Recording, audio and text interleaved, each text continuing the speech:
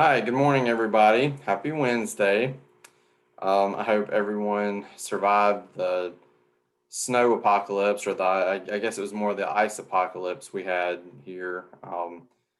We all got through that okay, and now we're dealing with the water being out. So we're all we're all still working from home, just until our office gets water. Something about because the water pressure, the boiler also can't do its job, and so it goes from being extremely hot to extremely cold in our office building.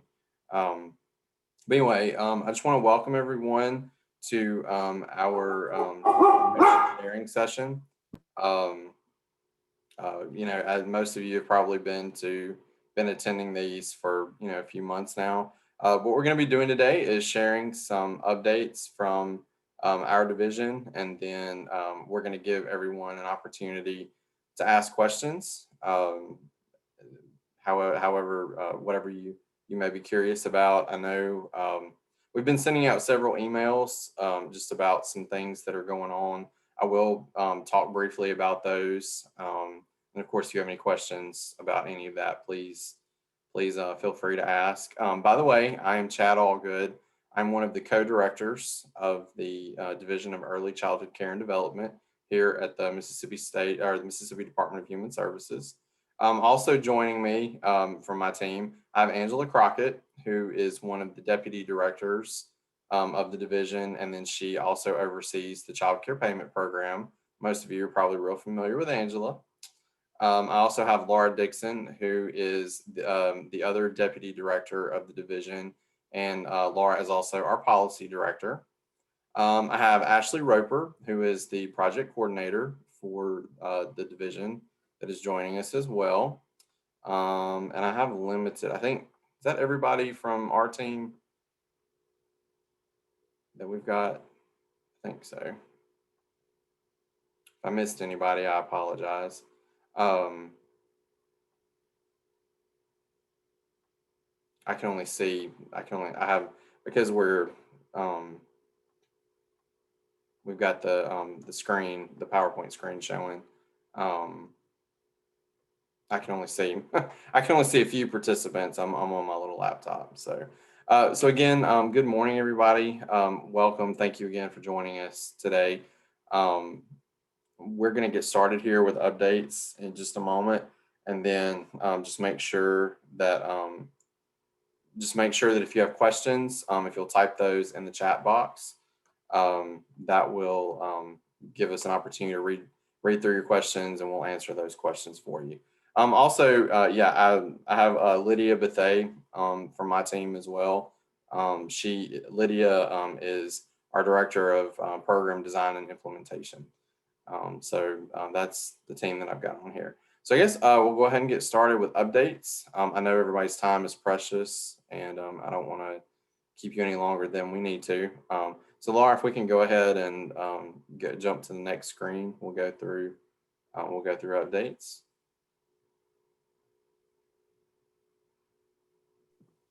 It's being slow to respond. I'm working on it. That's okay.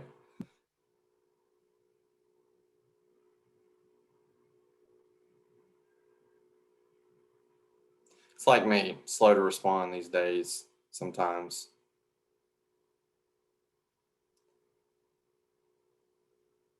Especially I think with the weather, just it being so, it's hot, it's freezing, then it's hot, or it's freezing, then it's warm, then it's cold and rainy, and today it's beautiful. The ground's still wet, but we do have some sunshine, so I think the weather's just got everybody just kind of all out of whack. All right, so I'm just going to spend a few minutes to give you all some updates about what we've got going on. We do have several things happening right now.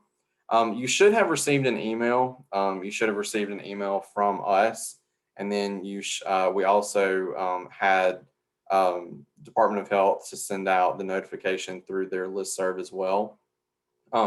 We are about to conduct our next market rate survey for our state plan.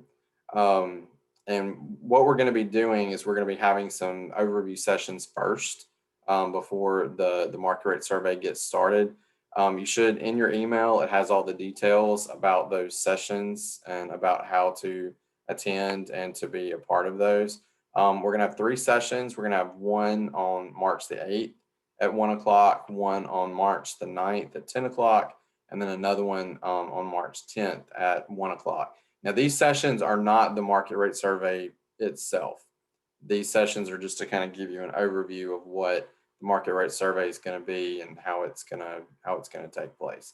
So check your email. If you missed it, you might want to check your spam folders to make sure that it didn't go to your spam folders. If for some reason you did not receive that email, if you'll just contact us via email with the CC payments, we'll make sure that you get that email to you. Another thing that we're doing, another way to get some feedback, we did get some really good feedback from you all back in November when we had our town halls, but we would like to, we want to get more feedback. As you know, and as I've said on these sessions in the past, our contract for the R&R services, DECCD is now directly overseeing the oversight of the resource and referral network. We are wanting to really take a hard look at what the network is doing, whether or not it is meeting the needs of you all, and how we might do better, how we might improve the R&R. And when I'm talking about R&R, I'm not just talking about the resource sites themselves. Certainly, if you have feedback about how we can make the R&R sites more accessible, if there's things that we can, put in place there that would be beneficial to you, we definitely want to hear that. But then we also want to hear anything in terms of training, technical assistance that you would like to see. And we're also going to rename the R&R network, and we want y'all's feedback on what you think would be a good name for the R&R network. I think it's very important that you all understand how important you are, your feedback, your ideas, how important those ideas are to us when we're putting together our support services. So you are going to be receiving another email about focus. We're going to be holding some focus groups. We're going to do a combination of these. Many of them are going to be virtual. We are going to do some small group face-to-face. We are looking at doing that as well.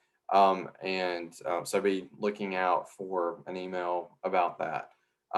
Dr. Micah Knox, who was formerly with the Early Childhood Academy, she is now working with our division. And the reason that we brought Dr. Knox on board is I feel like she did a fantastic job of reaching out to providers, talking to you all, getting your feedback. And we brought her on board to help with this whole rebranding process. So some other things that y'all are probably really interested about. We sent an email, I guess a couple of weeks ago, or maybe been last week. I don't know. My weeks all run together. So thanks to the new funding that we've received through the new Consolidated Appropriations Act, the 3 primary financial support programs we had in place, which include reimbursing based on enrollment, not attendance, covering parent co-payments, and reimbursing at that higher enhanced rate, which is about 25% above the standard rate. We are going to continue all that through December 31st of this year. There is a good possibility we're going to continue those programs even further beyond December 31st, and we'll notify you all later in the year if that's a definite thing. But all 3 of those programs are going to continue at least through the end of this year. We are also, in addition to these 3 programs, we're also looking at some other support pieces to put in place, particularly when we're talking about some potential learning loss that has taken place with school-age children that have not been in attendance in school. We know that in the summer, a lot of y'all are going to start your summer programs. We're looking at offering some support to you all in that regard, and we'll have more about that for you in future updates. We're also looking at some other ways of some other support programs, and we'll we'll notify you all when we do put those in place. We had a meeting with our task force a few weeks ago. We're going to bring the task force back together. We've been collecting some more information. We're going to bring the task force back together to talk about these ideas to see if they feel these other programs will be beneficial. If you're a member of any of the networks or associations, make sure your leadership is aware of what your ideas are. Those are the members of the task force. They're comprised of the leadership from the different networks and associations across the state. So the other thing that I wanted to mention was the closeout reports for the booster shot payment. If you were in the first round of booster shots, if you received your payment in that first round, that's due on March 30th. So you should have received an award letter when you received your booster shot payment that talked about what you need to do for the closeout process. So go back, review that letter. If you have any questions about it, just give us a shout, and we'll help you with that closeout process. The last thing that I specifically wanted to mention, if you've been to the CCAC website recently, you know that it has been taken down. We were working with a contract with NSPARC to host the website. That contract is no longer in place, and what we call the consumer education website, which is what CCAC was for us in the past, is being transferred to the MDHS DECCD webpage.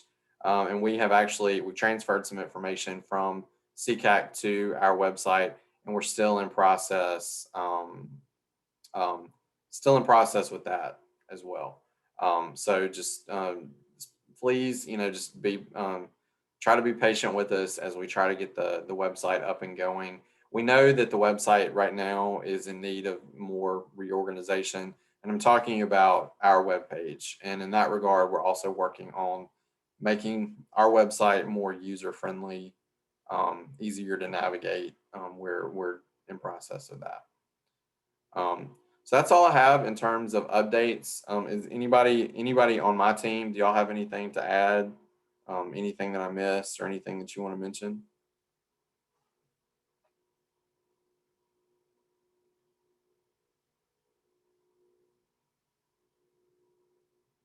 Okay. Well, I guess we'll go ahead and get started with our questions. Okay, so just as a reminder, in case anyone's new to our information sessions, any general questions that you have about any of the information that Chad has talked about today, or any other programmatic information, please go ahead and put that in your chat box. If your question is specific to your program, then we will be contacting you to get you that information, to get you that response after today's session is ended. We want to make sure we address anything that applies to all the listeners, and we'll contact you directly with anything that is specific to your program. So Chad, the first question that is in the chat box is a great question about market rate surveys, and the question is about the market rate, the timing of the market rate survey, which just to share that information, that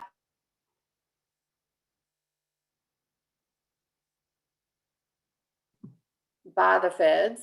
That's not a timeline that we've chosen for this particular survey. But the question is that if the survey is completed now and minimum wage increases, the question is, will the market rate survey be revisited? And so I thought maybe you could talk about sort of the purpose of one of those overview sessions, to help sort of explain how this point of view can get incorporated into the survey process. You're talking about like when we're getting information, like from like when the sessions are done. When you talk about the sessions, I'm a little unclear. I'm sorry, somebody keeps muting me. Okay, so let me take a stab at answering the question, Chad, and then if there's anything that you want to add to it, please feel free. But these overview sessions that are being held by the folks that are conducting the market rate survey for the Department of Human Services are to share with you all the types, the categories of information that are going to be asked in the survey, and talk to you about how the survey will be conducted.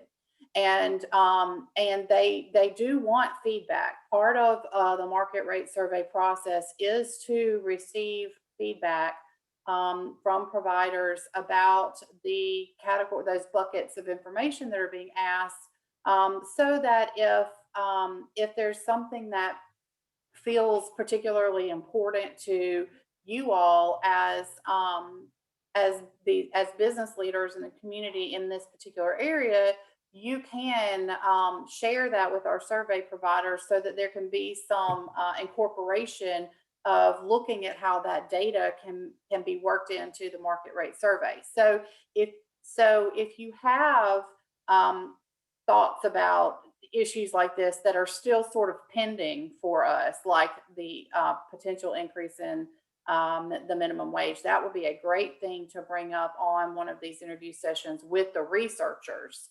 And then also I can tell you that as the draft that the researchers have created of the survey tool now, they do have a draft that is not final because it's pending input in these overview sessions, but the draft does give you an opportunity to bring up any issues that were not asked about.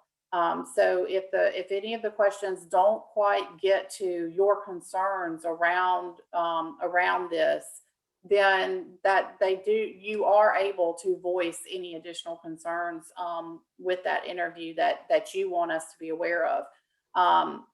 The market rate survey itself has to be conducted under the specific timeline that's tied to the submission of the state plan. So we can collect information that could impact how businesses are operating in the event that minimum wage increases through this survey process, but we unfortunately cannot delay the survey itself to see how that particular issue works out. We are aware that that is a huge issue for you all, and that it will have significant impacts on your business operation. And so I think that was a great point to bring up, and I encourage you to attend those orientation sessions and share that with our survey developers. So Chad, do you want to add anything to that? Yeah, I was just going to say, I saw an additional comment about whether or not the increase would affect the market rate survey itself. I don't if minimum wage is increased, if that's the case, I don't know that it won't necessarily impact the survey itself, but if it does in fact happen, then we're definitely going to have to be looking at our policies and how to accommodate whatever that impact would be. We do, like Laura said, we do acknowledge that an increase in minimum wage would cause childcare costs to increase significantly. And we would definitely have to take that into consideration when looking at our reimbursement rates. Okay. I'm seeing a comment here about the booster shot closeout portal being closed. That is a smart form. The link to that smart form was included in your award letter. That functionality has not been impacted by the CCAC website going down. So if you have your paperwork together for the booster shot closeout and you are ready to submit that, you don't need to wait on anything. That's up and running and ready to go. So if you need some support with uploading that or understanding that process, you can feel free to reach out to CC Notices or call our 1-800 number and they can give you some direction in how to do that. But we don't have any outage for the booster shot closeout reporting system. So that's good news that we can report.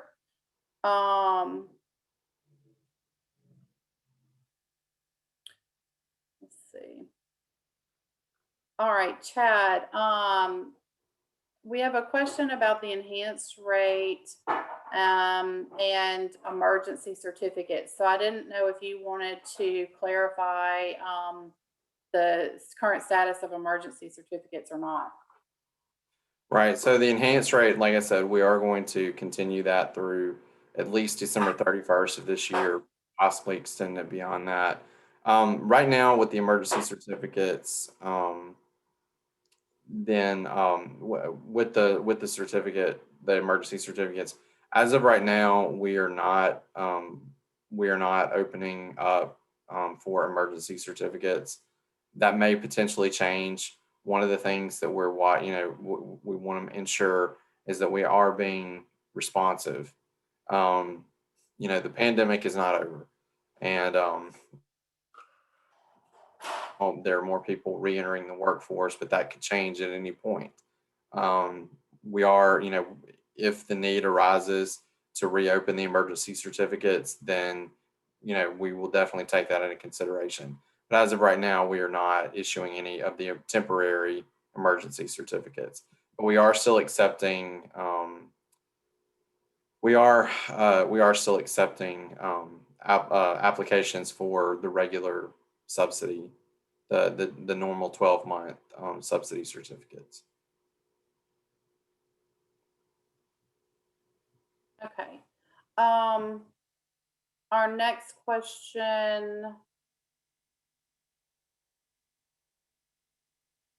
Let's see. Sorry, I'm scrolling through, y'all. Bear with me just a second.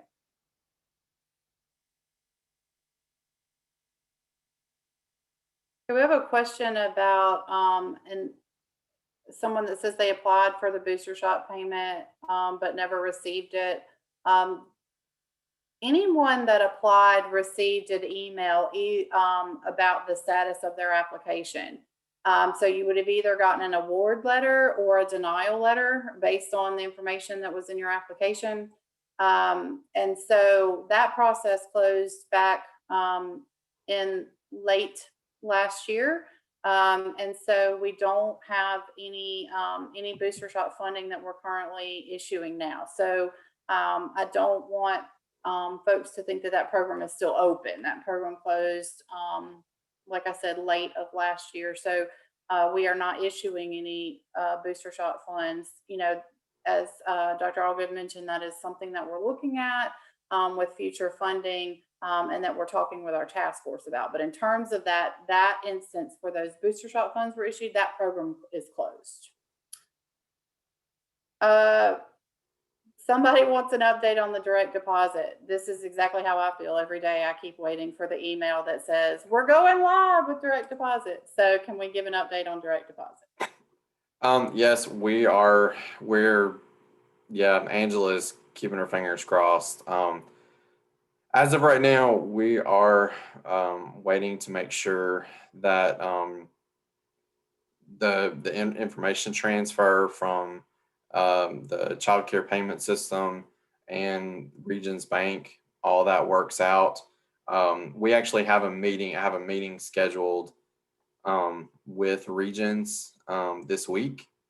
So I'm hoping that after that meeting, I'll have a little bit better understanding of timeline.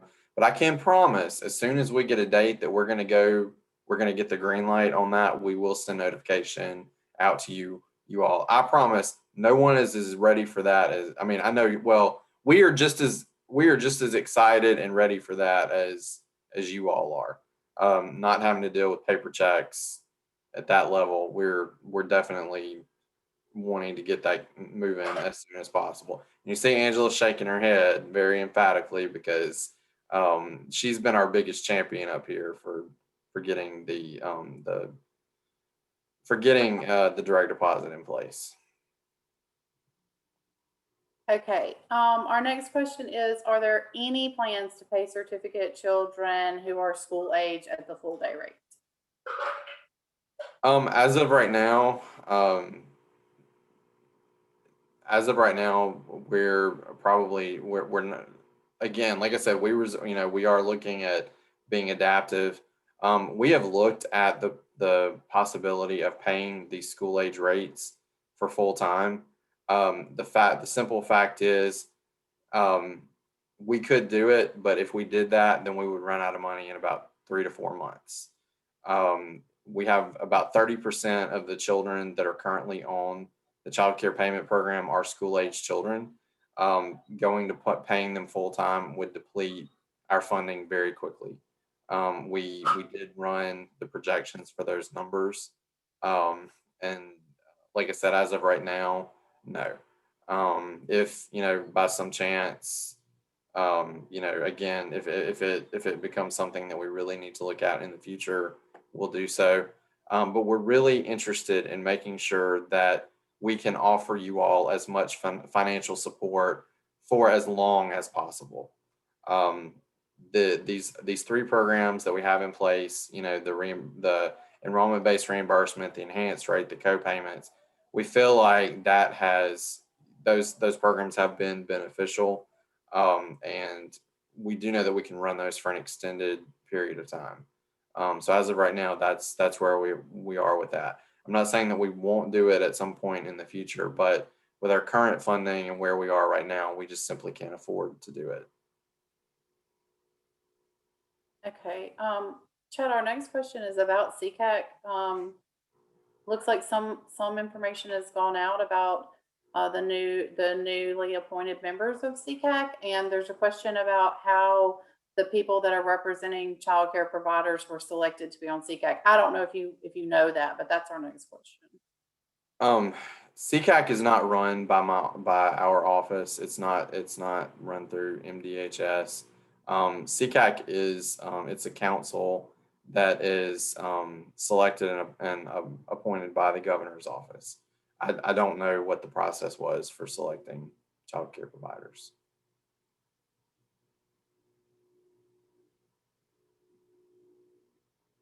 Okay, I'm reading through. Just give me a second here. I'm getting direct messaging and group messaging. So I'm just kind of reading through it.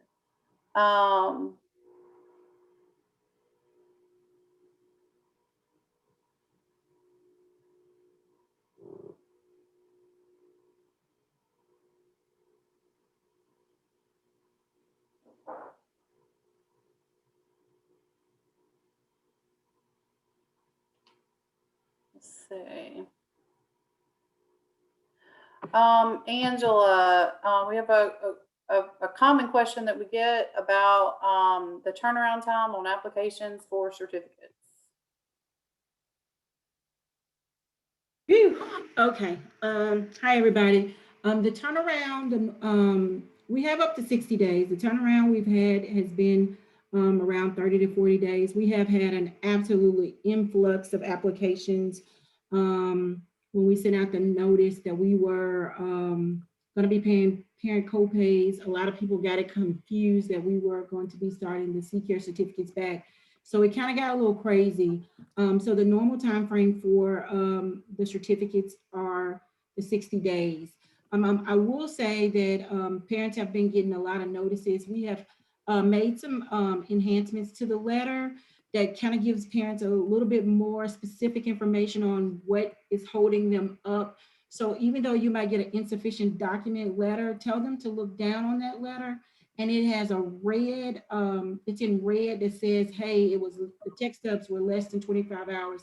I've kind of made it so that it's more specific to their application and what is being held up. So parents won't send in the same documents, that they can update what we need, because we have been processing pretty quickly. It is, with 82 counties and it's a limited staff, we are working as quickly as we can to get staff applications processed, regular, new, and redeterminations. So please just bear with us. We are working very quickly to get them processed.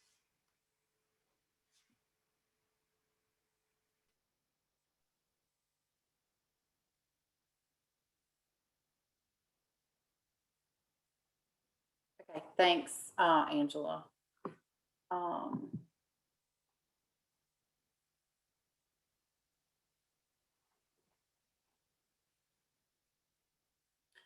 uh, Chad, we have another question about the water issue in Jackson, and is there any allowance being made for the fact that schools were closed because of the water in terms of allowing full-time payment for those school-aged children?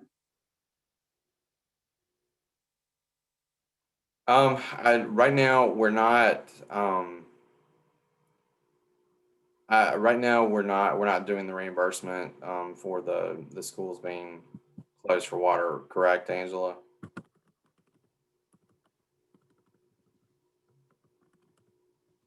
So the like what? Well, Chad, being that they can use the emergency code DNR, they can claim that because the we're paying by enrollment, but it would need to be the part-time care that they're claiming. And then they can use the drop down, to put that it was weather related. Okay. And y'all, this is why I have Angela on here and why she's one of my right hands.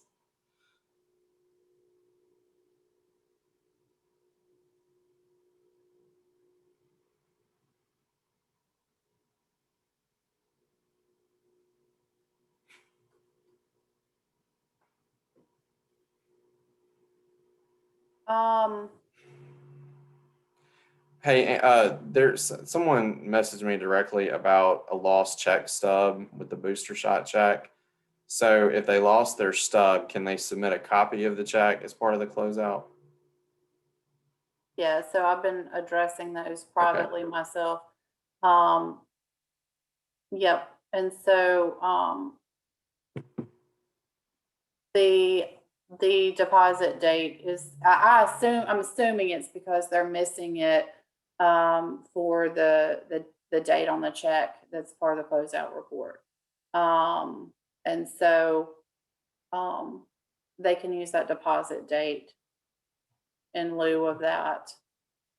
If they should have a copy of the check that as it was deposited in their bank that would give them that information. But if that's not possible, they can use that deposit date in lieu of that.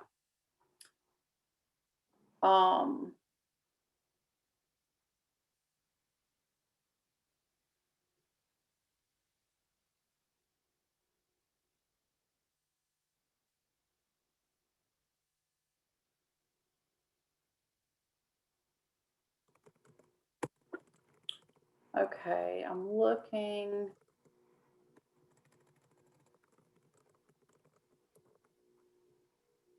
So if you have submitted your booster shot closeout report, you will be receiving a notice from us, if everything's clear, or just asking for to update some of the information that was submitted. So the answer, the questions that are around, how will you know if your closeout report has been received and is sufficient, is that we will be emailing you one way or the other about that. Since the closeout report was pretty straightforward, we don't have a lot of them that we've had to turn around and look at additional information for, but it is possible. So we do have several that have come in and are complete and are awaiting that approval letter, I guess, for lack of a better word. And so that'll be coming out to you soon. So you will hear from our office about those closeout reports. And then um,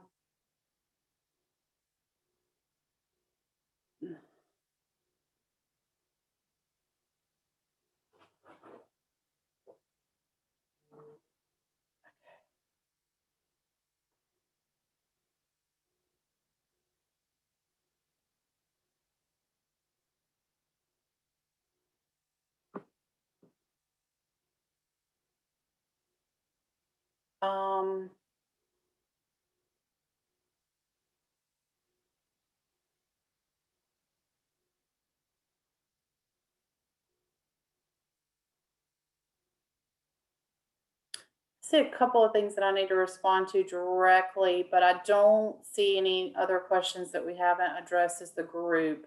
So let's take another minute or two in case any other questions come up. And in the meantime, I'll start working on some of these that have come in that are specific, program specific.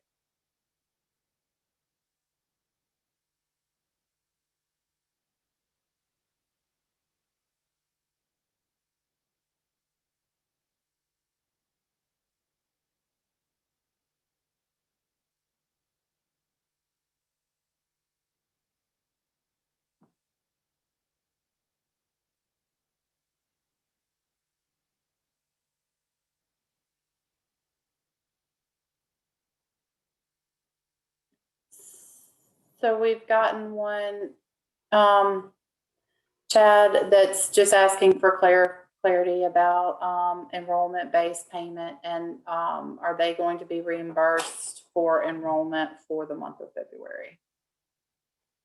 Yes, you will be reimbursed based on enrollment for February.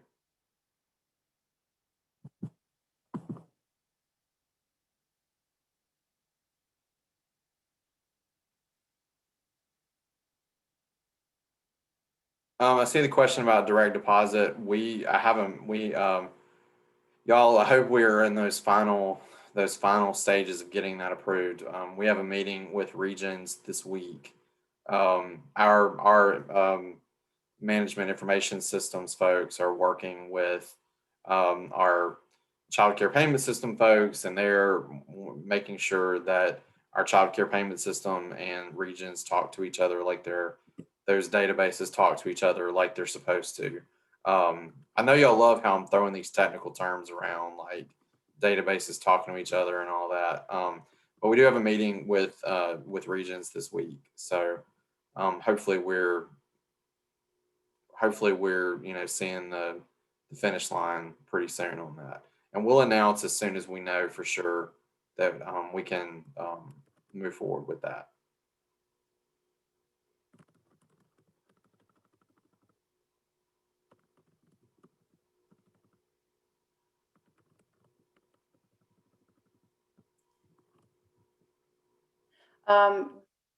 Chad, what about the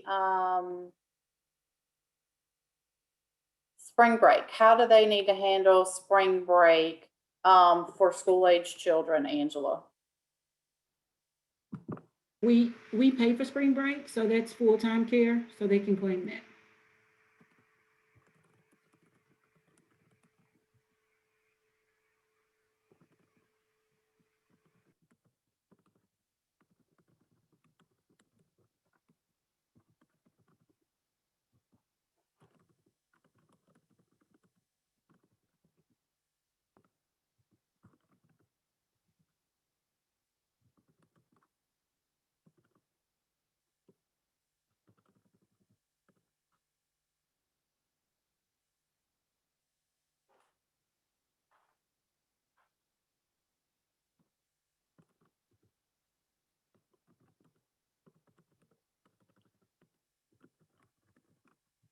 I think Laura's just answering. We got a lot of chat activity going on. I think they're just Laura's trying to monitor a lot of different chats, and I'm giving her some time to do that to make sure she gets to questions. Again, if you have specific questions about your center, whether they pertain to your booster shot closeout, whatever, if you'll send an email to us, to CC Payment, we'll get it directed where it needs to go to get you your answers. Okay, so we have a question that says, we, being providers, have received a request for information needed to determine our role and input in the new quality learning program being developed by DCCD. And which I'm not sure, that may be those focus groups you were talking about before, but the question is, please clarify if DCCD is now working to develop a quality program. All right, DCCD is working on its support, and we're looking at the training, the technical assistance, that part of it. we are not actively having any discussions about the development of a quality rating improvement system that would replace the standard comprehensive. Where we stand on the quality rating system is, for now, we are just simply keeping the standard center designation in place. Centers that are already designated as standard, you are not going to be required to go back through the standard renewal process. As of right now, we have suspended that at least through September of this year. Right now, we're just focused on helping you all navigate through this pandemic. As I've said before, right now, health and safety is quality. Keeping the children, keeping your staff, keeping yourself, doing what you can to keep individuals that are coming and going from your facility healthy and safe right now. That's where the focus of quality is. We do intend to, at some point, replace the standard designation. There was the comprehensive designation that was piloted. We learned some lessons from that, but we determined it's not really the direction that we want to go. So we're not right now. We're not actively making any specific plans. So the focus groups that are meeting, they're talking about the training services, the technical assistance services that the resource and referral network is going to be offering. However, if in the focus groups, if you want to share information about your take on the current quality system, the standard designation, please do so. I am committed to making sure that whatever our new quality system is going to look like, and frankly, I'm really not. We're really wanting to steer away from. We're really wanting to stay away from the whole idea of a quality rating system. We're really looking more at a quality support system. And so in that regard, the focus groups are just simply about the training and TA. So when you say who the focus groups are you talking about who is administering the focus group meetings? Is that the question?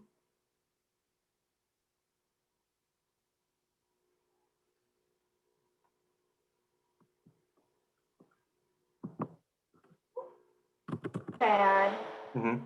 I think she's asking who's going to be invited to participate in them, and let her know. Oh, okay. It's an open forum, and we will be sending that calendar out like soon. Yeah, everyone is invited. Any child care provider is eligible to participate. And yeah, the information has not gone out yet about those dates. I was just saying, I'm sorry, I need to clarify. We're going to be sending out correspondence about those. Just look for those emails coming up.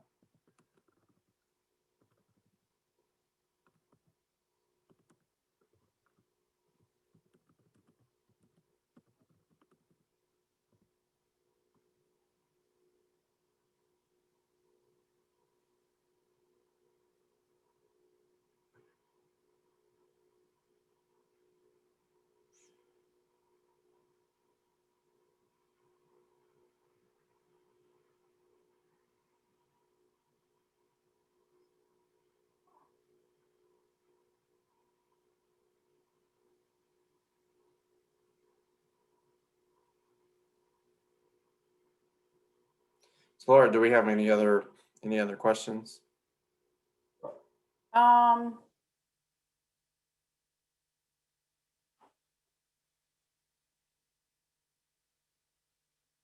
sorry, I am reading through. I don't see any, Chad. I think a lot of them have been pretty specific to providers, and Angela and I have been, I know, been working to respond to those folks directly through here.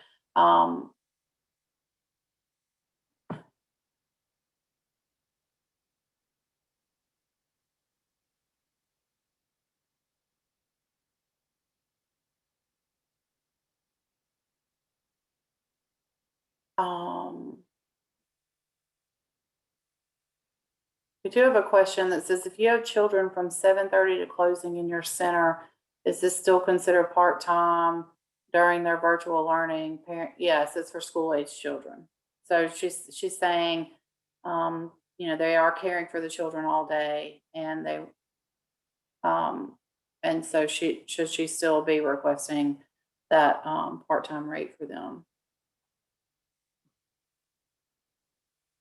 Yes, she should be requesting that part-time rate. The parent would be responsible for the difference if it's school age.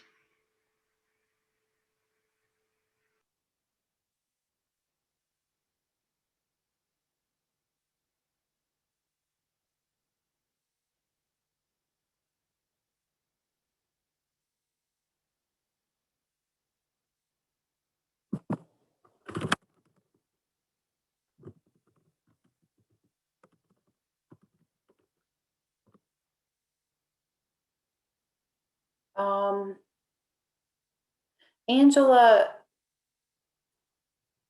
it looks like some folks have been used to accessing their ledgers through the CCAC page. Do you want to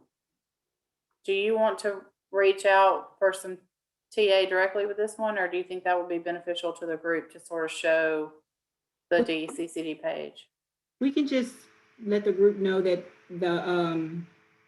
it's moved to the DCCD page, and it's under the provider tab, and it's the child care payment system, the e-ledger. So it's there. Just go to mdhs.ms.gov and you'll be able to access it there. We've moved most of the forms and registrations, updates, normal forms that you would normally get there as well. So bear with me. I'm trying to make sure all of them gets updated. If you find one that's missing, just shoot me an email and I will make sure that it's up.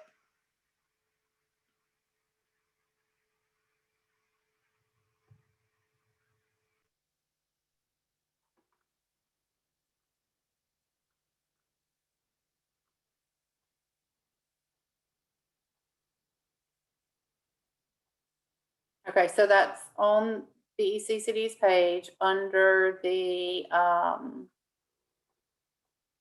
provider tab at the e-ledger link. Okay, she's nodding yes. So I just wanted to summarize that again.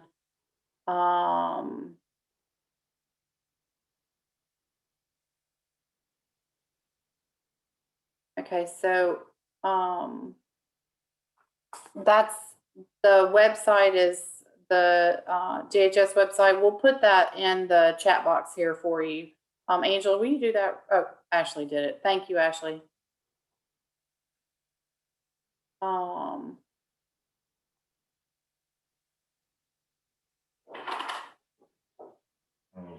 right.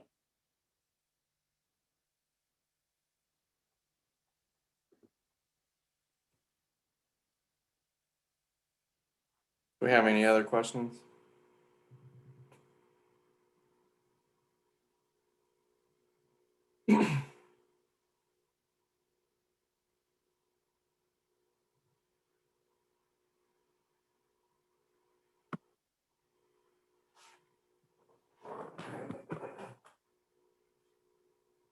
I'm gonna stop my screen share now.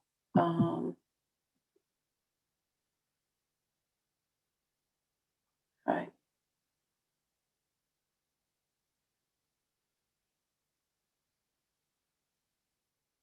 Okay, so let me just clarify again that the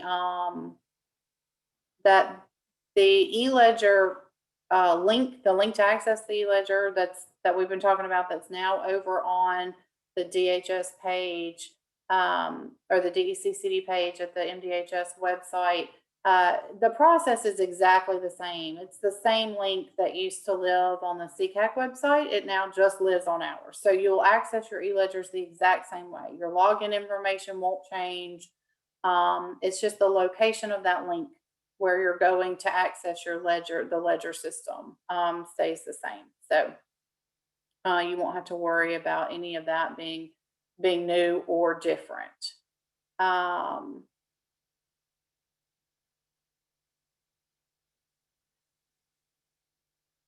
Okay. Chad, I'm gonna wrap up a few final things. Can you just, I'm not seeing anything else in the chat, but I'm gonna hand the chat over to you so I can wrap up a few messages here. Okay, sure. Let's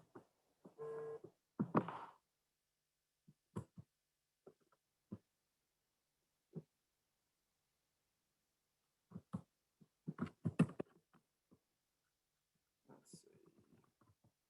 Yeah, so are there any other questions that have not been answered, whether here in the chat or privately? Again, if you have questions specific to your program, you can contact us directly via email. We'll be happy to answer. Was there anything that I mentioned that needs to be clarified?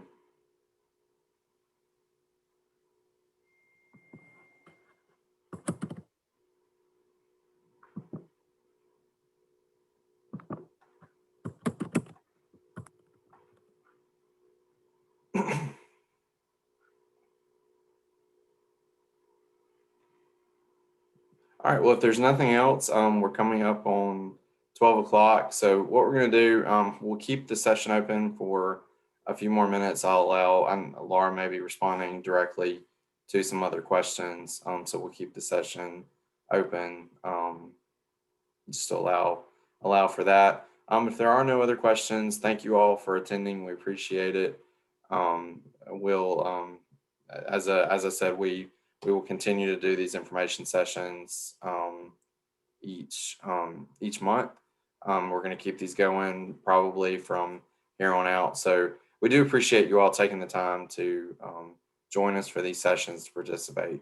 We really, really do value everyone's feedback and everyone's feedback and everyone's participation. We do appreciate that. So thanks everybody. Y'all take care. Stay safe. We'll see you next time.